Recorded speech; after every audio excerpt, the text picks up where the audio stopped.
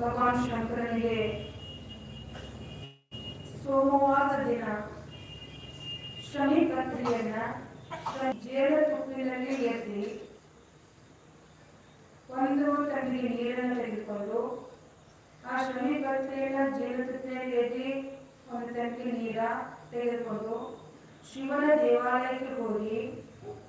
ಆ ಲಿಂಗದ ಮೇಲೆ ನೀರನ್ನ